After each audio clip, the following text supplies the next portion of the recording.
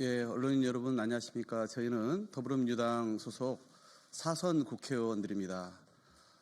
이제 헌법재판소의 윤석열 탄핵 파면 선고를 앞두고 국민 모두의 초관심이 연일 이어지고 있습니다. 더구나 구속이 취소되고 그러면서 소위 내란의 수계가 활기하는 상황에서 국민의 분노와 불안도 극도로 치닫고 있습니다.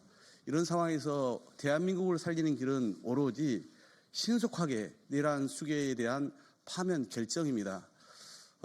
그럼에도 불구하고 현재의 이 파면 선고에 대한 이 기일 통보 확정이 과거에 비해서 미뤄지고 있는 상황 아니겠습니까?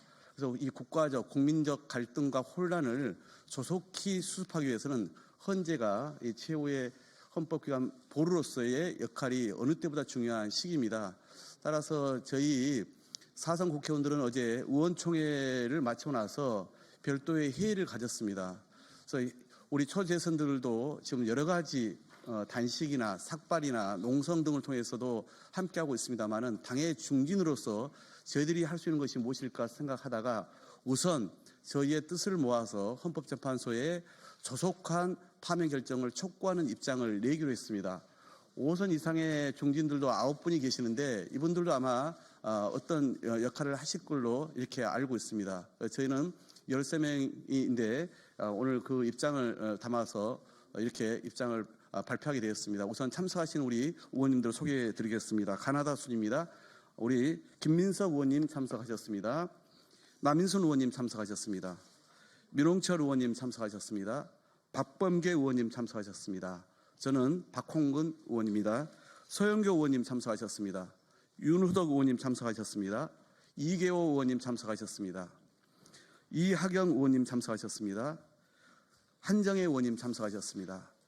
나머지 두 분은 다른 좀 불가피한 일로 참석을 못하셨습니다. 그러면 저희가 준비한 기자회견문을 이하경, 한정혜 그리고 민홍철 의원님이 순서대로 낭독하겠습니다.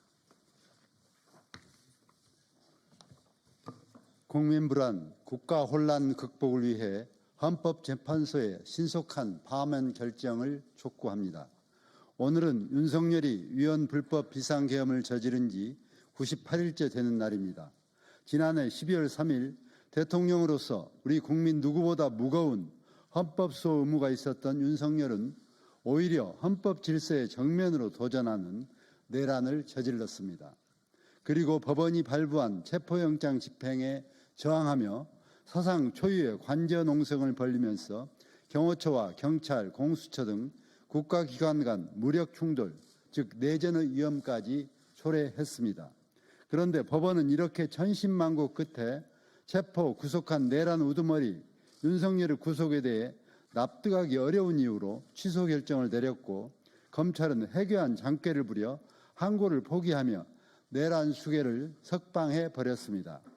석방된 윤석열은 반성은커녕 노골적으로 지지자들을 선동하며 사회 불안을 조성하고 있습니다.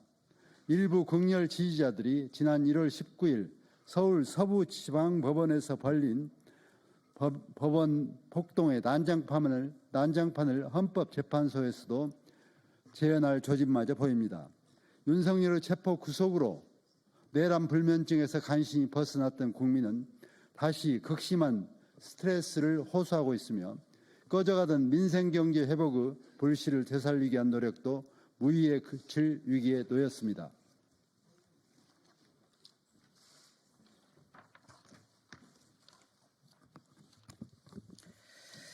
이처럼 전례 없는 국가적 혼란을 수습하기 위해 대통령 윤석열 탄핵소추에 대한 헌법재판소의 신속한 결정을 요청합니다.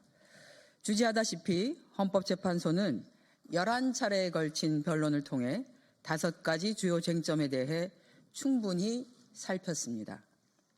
첫째, 12.3 비상계엄은 요건을 어긴 위헌, 불법 행위였고, 둘째, 정치, 언론의 자유를 제한한 포고령 또한 위헌이었으며, 셋째, 국회에 군인을 보내 의결을 방해함으로써 국헌을 문란케 했고, 넷째, 또 다른 헌법기관인 중앙선거관리위원회도 군을 동원해 압수수색함으로써 거듭 국헌을 문란케 했으며, 다섯째, 판사 등 법조인과 정치인 등에 대한 체포 지시가 있었다는 것까지 모두 사실로 확인되었습니다.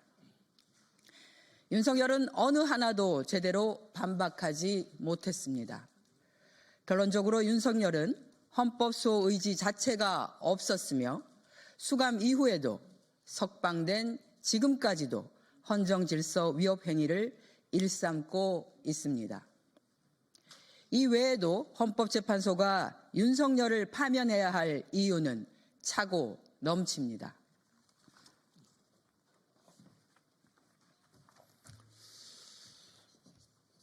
헌법 해석 최고기관인 헌법재판소는 헌정질서와 민주주의를 지키는 최후의 보루입니다. 모든 헌법재판관에겐 지금의 혼란을 수습해야 할 막중한 책임이 있습니다.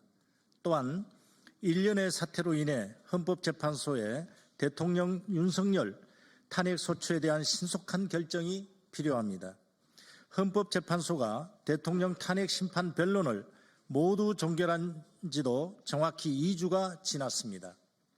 노무현, 박근혜 전 대통령 탄핵 심판의 전례에 비추어 보았을 때도 결정을 내리기에 충분한 시간이 흘렀습니다. 또한 구속 취소는 윤석열의 형법상 내란 혐의를 처벌하는 과정에서 발생한 절차적 문제일 뿐입니다.